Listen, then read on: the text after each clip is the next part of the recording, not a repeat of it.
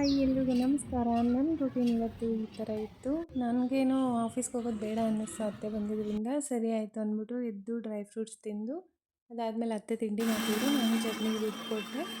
ಮತ್ತು ಈವ್ನಿಂಗ್ ಸ್ನ್ಯಾಕ್ಸ್ಗೆ ಇರಲಿ ಅಂದ್ಬಿಟ್ಟು ನಾನು ಓಟ್ಸ್ ಸಲಾಡ್ ಸ್ವಲ್ಪ ಮಾಡಿ ಫ್ರಿಜ್ಜಲ್ಲಿ ಇಟ್ಟೆ. ಆಮೇಲೆ ತಕ್ಷಣಕ್ಕೆ ಚೆನ್ನಾಗಿರಲ್ಲ ಅಂದ್ಬಿಟ್ಟು ಅದಾದಮೇಲೆ ಅವರು ಆಯಿಲ್ ಮಸಾಜ್ ಮಾಡ್ತೀನಿ ಅಂತಂದರು. ನನಗೆ ಈ ಥರ ಯಾರಾದರೂ ಆಯಿಲ್ ಮಸಾಜ್ ಮಾಡಿಕೊಡ್ತೀನಿ ತಲೆಗೆ ಅಂತಂದರೆ ನಂಗೆ ತುಂಬ ಇಷ್ಟ ಆಗುತ್ತೆ.